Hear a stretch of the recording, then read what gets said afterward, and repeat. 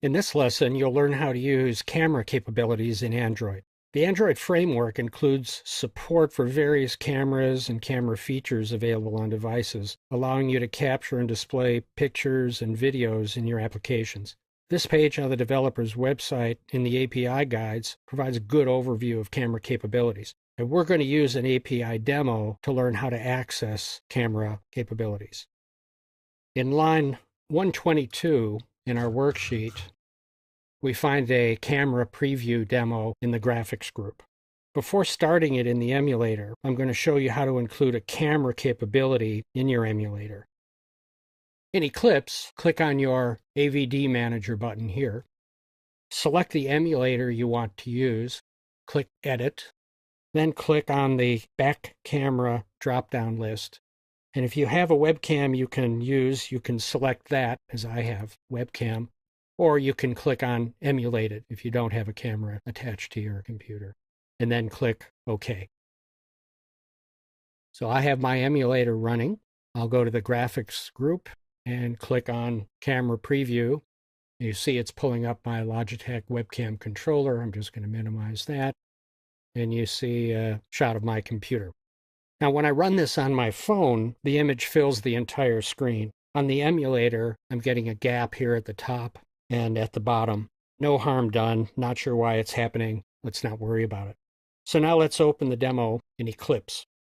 In the graphics folder, we'll open Camera Preview. So let's go through it.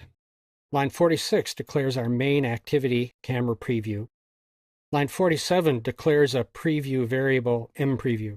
Preview is a class defined below in this app. It's a wrapper around a camera and a surface view that renders a centered preview of the camera to the surface. And we'll look at this in detail later in the lesson. 48 declares a camera variable, mCamera, and this class gives us access to the methods needed to interact with the camera. Lines 49 through 53 declare some variables we'll be using below. Lines 55 through 79 define the onCreate method in which we'll be doing some initializing. 60 and 61 are telling the system not to include a title in the display window and to use the full screen mode, hiding all of the screen decorations such as a status bar. 65 creates a camera preview object. 66 places the camera preview in our screen display. 69 retrieves the number of cameras on the device.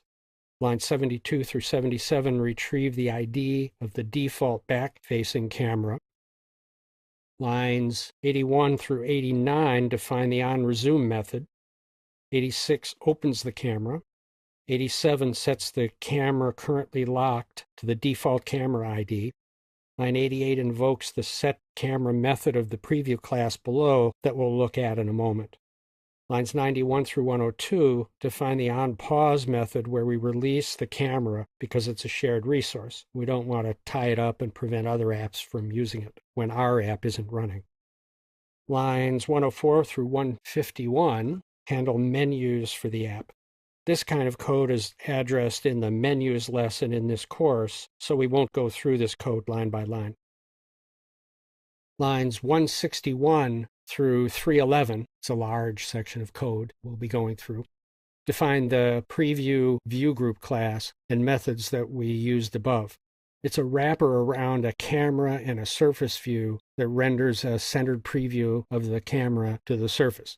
And most of the preview class code relates to user interface topics, so we won't go through it all line by line, but I will point out aspects pertinent to the use of the camera. Line 162 defines a tag for log messages. 164 through 168 define some variables we'll be using. Lines 170 through 181 define the constructor method used when a new preview object is created. Lines 173 and 174 define a surface view, and this is a dedicated drawing surface embedded inside of a view hierarchy. Lines 178 through 180 define a surface holder, which is used to get notifications when the underlying surface is created and destroyed. Lines 183 through 189 define the setCamera method that retrieves supported preview sizes. 191 through 203 define the switch camera method used to change use from one camera to another on the device. Lines 205 through 217 define the on-measure method that measures the view and its content to determine the width and height. 219 through 245 define the on-layout method that's called from layout when the view should assign a size and position to each of its children.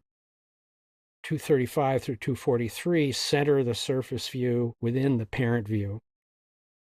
Lines 247 through 257 define the surface created method, and it's called immediately after the surface is first created. 250 through 252 set the surface for a live preview. 259 through 264 stops the preview when the surface is going to be released. 267 through 298 calculates an optimal size for the preview. See, it returns the optimal size here. And 300 through 309 is our key method. It sets up the camera parameters and starts the preview.